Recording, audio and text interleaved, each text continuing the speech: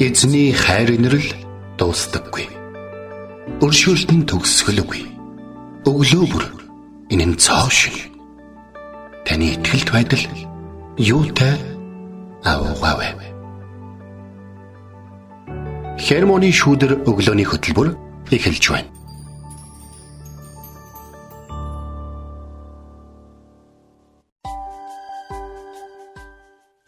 Өглөөний мэнд. Өглөөний мэнд хүргэе. Итгэл радиогийн эфирээс хермоны шүүдэр өглөөний хөтөлбөр инхүү эхэлж байна. Эфирт пастор Сайна болон хөтлөгч Билгэнээр ажиллаж байна. Сонсогчдаа сайхан амарсан уу, танд өглөөний мэндийг хүргье. Өнөөдөр бол 2025 оны 6 сарын 25-ны лав гараг байна.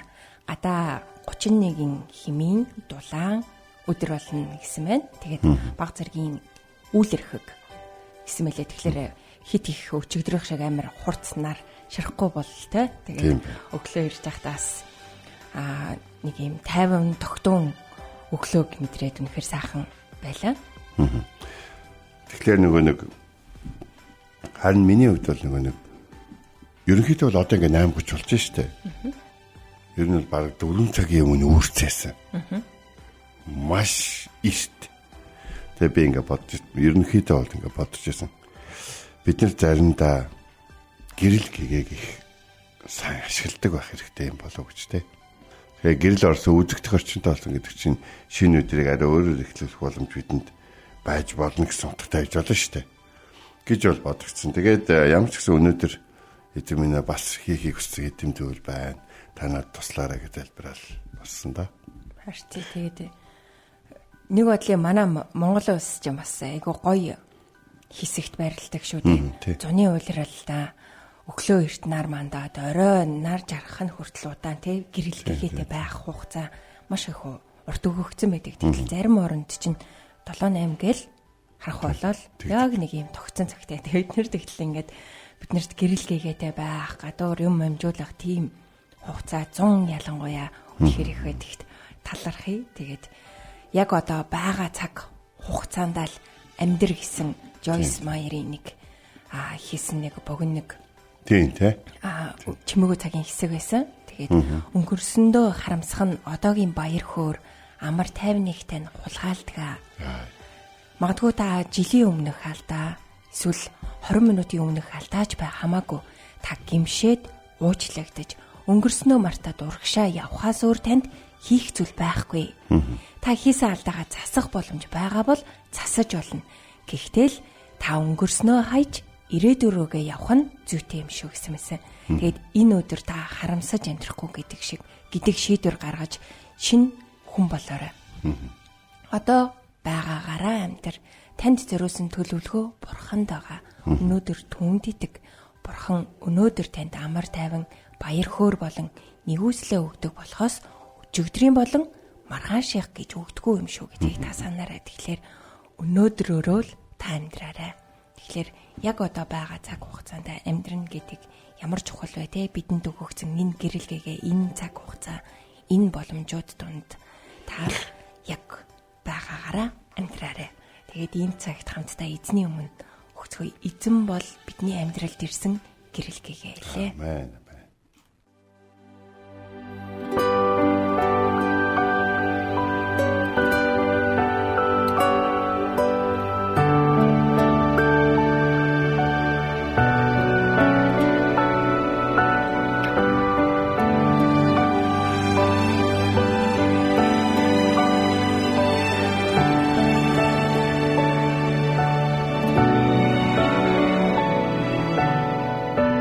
Зүрхэн мансан амьдрал нар минь та болохоор зүг шигээл өнгөрч итгэл минь хүрэх гэж юу сэтгэл гисэн амьдрал нар минь та болохоор сарих шигээл өнгөрч итгэл минь нондох гэж юу нэг үлсэл хараа бэлхэм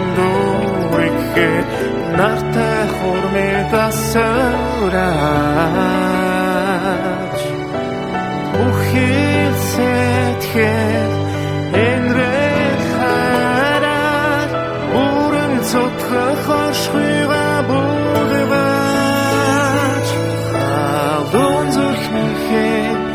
таныг хайрна хинжээшгүй нэгүсэл намайг намарсан болохоор зүрхнийхээ гүнд тантай амьдна Ихүгээ та золж намайг аварсан болохоор Игүсэл харамэлхан дүүэхээр нартай хурмэдасараа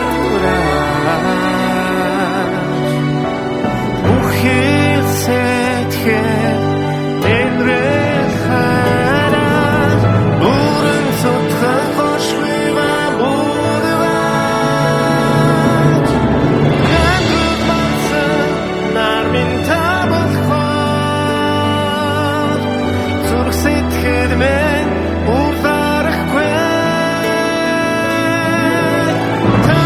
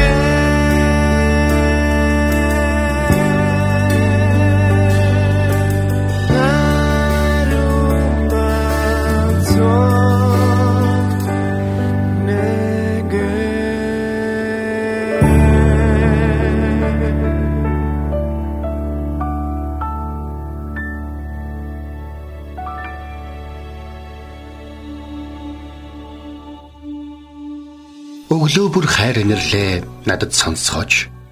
Танд л би итгэдэг үлээ. Явах замыг минь надад зааж өгөөч. Танд л би сэтгэлээ өргөн байна. Дуулал 143-ийн 8.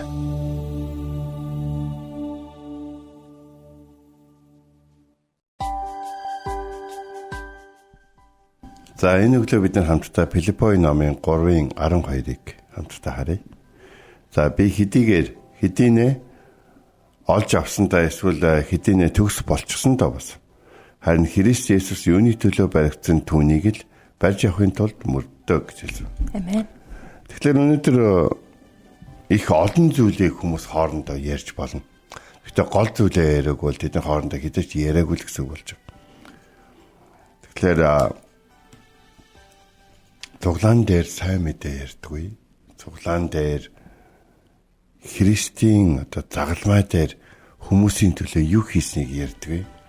Цуглаан дээр Христийн тус ариусгах чадaltaй талаар ярьдаггүй. Цуглаан дээр ариун сүнс Бурхны хүүхдүүдтэй үргэлж хамт байдаг тухай ярьдаггүй. Цуглаан дээр Библи унших тухай юм эсвэл бид нар бие биенийхээ төлөө тайлбарж өгч бие биенийхээ уучлах тухай ярьдаггүй. Ер нь тэр цуглаан биш гэж.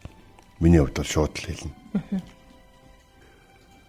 Харин эдгээр ярианууд нь заримдаа бол хүмүүст бол хүнд тусдаг баг.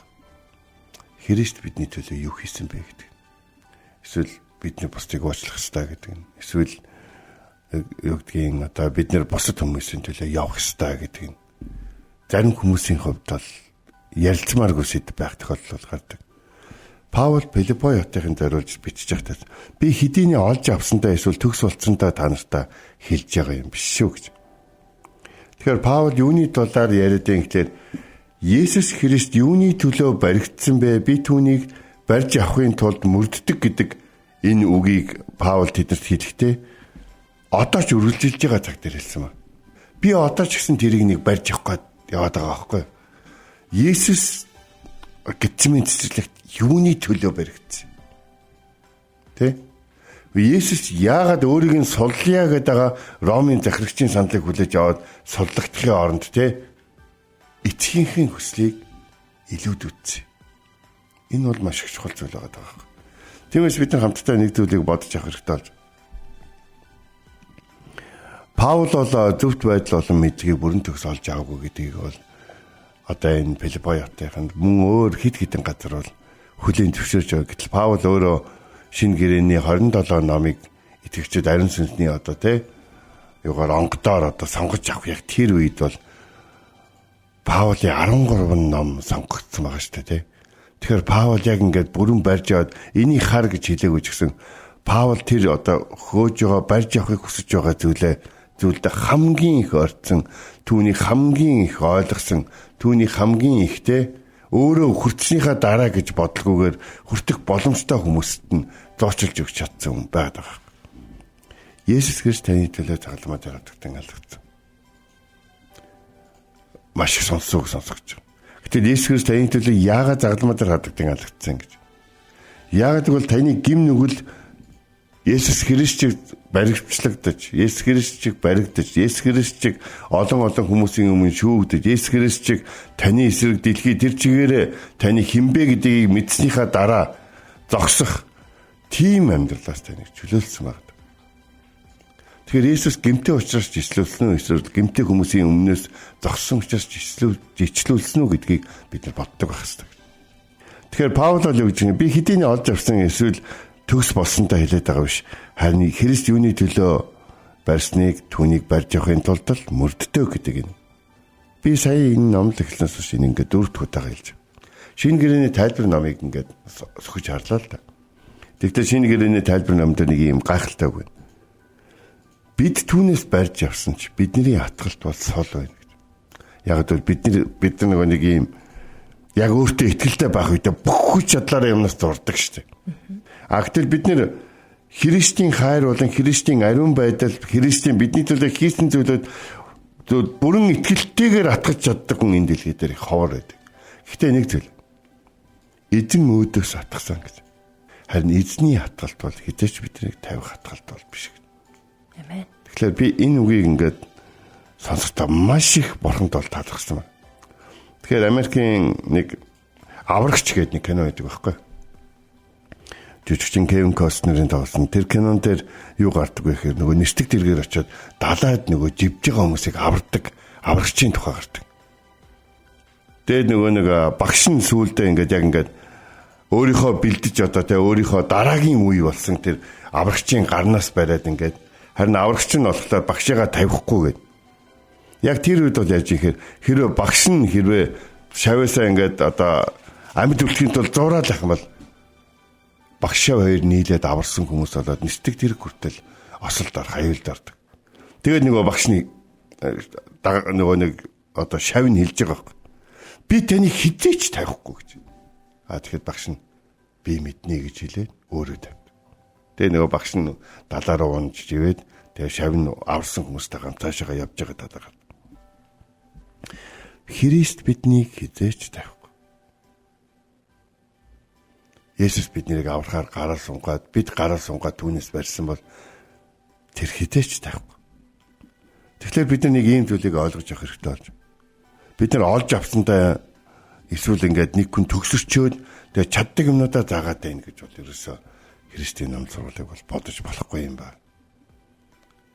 Христийн номлол сургаал гэдэг нь бид нар бүгд хамтдаа хичээгээд хамтдаа олох учрыг нь олох, хамтдаа суралцах, хамтдаа даван туулж, хамтдаа үр жимс гаргах тийм зүйл байдаг. Исаийн номын 5:13-т миний арт өмнөд мэдлэг дутсан суулж гэдэг сануулгын үг байгаад байдаг.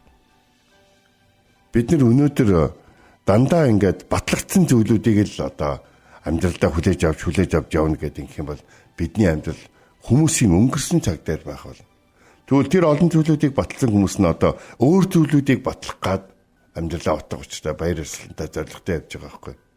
Тэгтэл бид нэр хэдийн одоо даалгавар биелчихсэн, зориг нь биелчихсэн тийм л зүйлүүдийн дотор хэрвээ амьдрнаа гэж бодож байгаа бол маш аж аргалгүй, маш итгэхгүй, маш сул дорой байдлаар бид нар амьдрах болно. Паул Филиппо хотыг нь хандаж ирчихдээ өөрийгөө өргөмжлөх байдлаар биш. Харин хамтдаа эзэн Есүс Христийг хайх уриалгаар дүүрэн энэ захиаг бол бичсэн байна. Паул Коринт хотыг нь бичгтээ болохоор тэдний асуудалтай байдлыг нь зэмлэж байгаа хэрнээ би өөрөө хэсэгнийг мэддэг шүү дээ гэж бол хэлж байгаа. Би өөрөө хэсэгнийг мэддэг гэд та нарыг алдаа оноо хийж явах чинь дугаа өнгөрч болох байсан л да. Гэхдээ би өөрөө хэсэгнийг мэддэг ч гэсэн та нарыг бүр ийм одоо их алдаа гаргахыг хүлээн зөвшөөрч чадахгүй болохоор би үүнийг бичиж байгаа юм шиг. Намайг хайр дүүрэн та нар дээр инээмсэглэл дүүрэн очихыг маань одоо хүлээж байна уу эсвэл намайг шилбүүртээ сахилгажуулалтын одоо үгстэй очихыг маань хүлээж байна уу өстэй мэдэрэй гэж бол бичсэн байна. Христэд итгэж бид нар бага юм хүлээж авсан олон юм мэдэхгүй байх нь бол ерөөсөө асуудал биш. Харин гайхамшигт нэгүүлсийг хүртсэн гэдэг Христ юуны төлөө баригдсан бэ гэдэг Христ өөрийнх нь төлөө баригдаж, өөрийнх нь төлөө товлогдож, өөрийнх нь төлөө амьдсан гэдгийг мэддэг байх нь л хамгийн чухал зүйл байна. Та хамгийн сүүлд 9 жилийн өмнө чимээгүй цагаар үг авсан байж болно. Гэхдээ тэр үгээрээ та насан туршдаа гайхамшигтайгаар амьдарч боломжтой байна. Тэгэхээр бид нэг ийм зүйлийг бодож авах хэрэгтэй болж байна. Хамтдаа учрыг нь олъё. Хамтдаа суралцъя. Хин нэг нь илүү олж авсантай юм эсвэл Бурхан тэр хүнд л өгчгөө тэр хүнээс л очиж аав гэдэг байгаа юм биш. Бурхан бидэнд өгсөн зүйлүүдийг бүгдэд зориулан өгсөн байдаг. Бүгдээрээ бие биентэй хуваалццгаая. Бүгдээрээ бие биенээсээ төгс байдлыг шаардах хойштой болцгоё. Харин хамтдаа өөрийнх нь эзэн өөрт нь өгсөн зүйлүүдийг аваад бүгдөөрөнгийн цуглуулад нэгэн бие болоод хамтдаа эзний алдрын төлөө хамт явцгаая гэж. Тэгэхээр Тэнгэрийн хаанчлал гэдэг бас нэг киноны талаар ярихгүй өнгөрч болохгүй. Дундад зууны үед Иерусалим руу одоо итгэгчид олноороо явж явах үед аав хоёрын хооронд болдог яриа болж байгаа байхгүй. Та одоо Иерусалимд очих юм бол бүх гим нүгэл уучлагддаг гэдэгт итгэдэг үү гэж.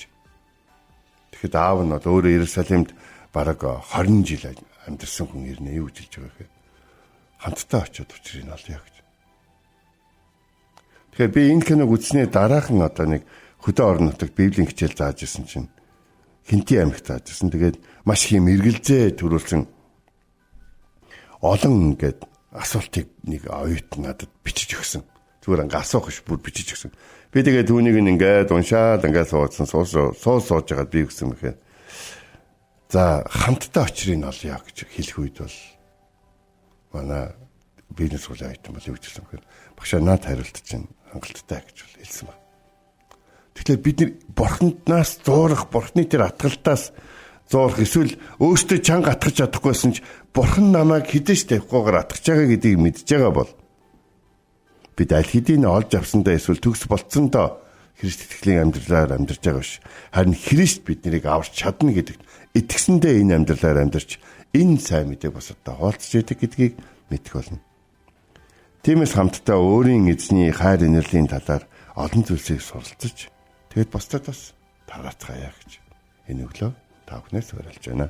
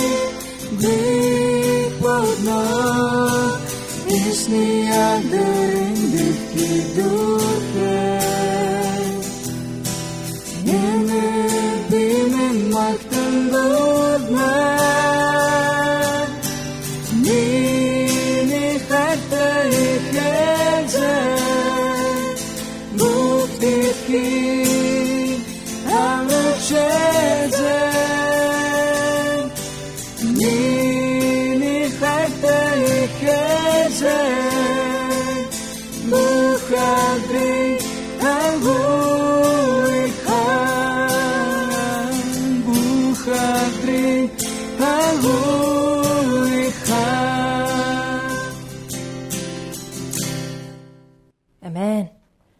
Өнөөдөр бид нэр үгийн цагаараа Филиппой номын 3 дугаар бүлгийн 12 дугаар ишлэлээс суралцлаа.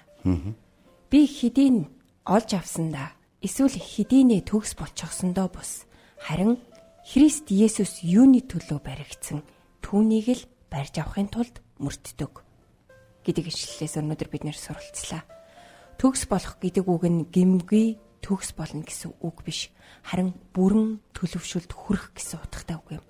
Паул хараахан ийм хэмжээнд хүрээгүй гэж өөрийгөө дүгнсэн. Петр ч бас ийм л бодолтой байсан. 20 дугаар Петр номын 3:18 дээр бидний эзэн бөгөөд аврагч Есүс Христийн нэгүсэл болон мэдлэг дотор өсөх дүн гэж уриалсан байдаг. Харамсалтай нь өнөөдөр олон хүн аль хэдийн бүгдийг мэддэг болчихсон юм шиг, аль хэдийн төгс болчихсон юм шиг аашилдаг. Гэтэ Христ юуны төлөө баригдсан түүнийг л барьж авахын тулд мөрддөг гэж Паулын хэлсэн энэ үгийн дагуу та өнөөдөр амьдраарай. Тэгээ түрүүн үгийн цагаар пастор маань хуваалцсан Бурхан таны гараас хизээч тавихгүй. Таны гараас барьсаар ах болно. Харин та гараа солируулад тавихын биш үстэй. Тэгэхээр эзний гараас битгий зураараа эзэн тавиад намайг орхичлоо гэж битгий бодороо гараа тавьсан нь таалах болно. Тэгэхээр эзэн харин үргэлж гараа сунгасаар таныг буцаагаад гараас нь хөтлөхийг хүлээсээр харсаар байгаа шүү. Тэгээд хамгийн гол нь бид нэгүслийн учраас аврагдсан түүний хүүхдүүд илээ. Тэгэхээр Паул бол итгэгчдийг сайн мэдээний дотор цуглаанд нь одоо сүм сүмд нь ингээд хүчрхэг байлгахыг бол маш их хүсдэг байсан. Гэхдээ Паул ингээд хүмүүсийг хамттан цуглуулаад сайн мэдээний дотор нэг цуглаан ингээд эзний бий болгоод ингээд нөгөө хүмүүс нь өөрсдөө Паулын, Аполлих, Петрих одоо юуных, Якобих гэдэг ч юм уу те ингээд эхлэн гутал Паул тэднчил юу гэж хэлж ингээд өөртөө ч гэсэн хааж байгаа тэр хүмүүсийг болж яах гээд байгаа юм бэ? Өөстөө ч гэсэн та нарын тэр Паул их гэдэг тэр Паул ч өөрөө бас бүрэн хайжлаагаа юм баггүй. Тийм болохоор та бүгдөө Христийг шүү. Христээс өөр хэн ч юм гахалтай суурь тавихгүй шүү гэдэг зүйлийг бол Паул бол хэлсэн ба. За тэгээ энэ өглөө бид хамтдаа би таахныг амар амгалан болоосоо гэж хүсэж байна. Яагаад гэвэл өнөөдөр бид нэр бүгдөө хамтдаа Христэд итгэж, Христээс зуурч, Христтэй адилхан болохын тулд амьдарч байна. Тийм учраас бие биенийгээ урамшуулъя. Зарим нэг нь жоохон төстэй болсон байж болно. Зарим нэг нь дөнгөж эхэлж байгаа. Тийм учраас итгэлийн сул дорой байдал дотор нэг нэгнийгээ шүүхгүй байцгаая гэдэг үгийг та бүхэнд уриалан хэлээд хамтдаа бэлтгэе.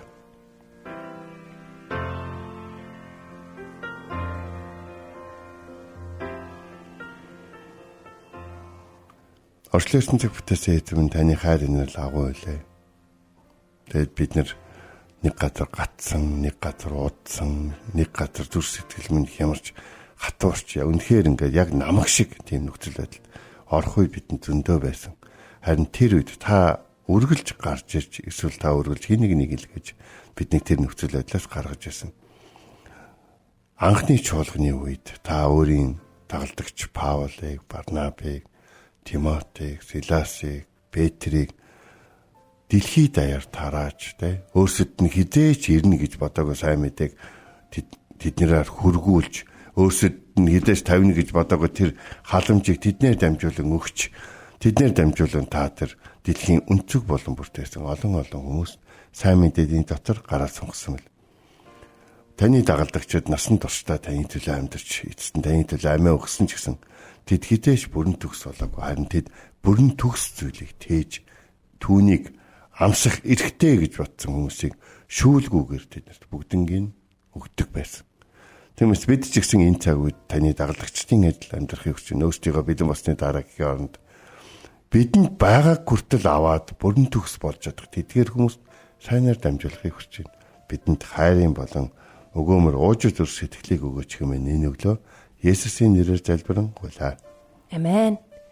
Энт хүрээд хермоны шүдэр өглөөний хөтөлбөр өндөрлөж байна. Бидэнтэй хамтайсан сонсогч танд баярлалаа. Маргааш эргээд энэ цагтаа уулзцгаая. Эзэн таныг харж хандах болтугай.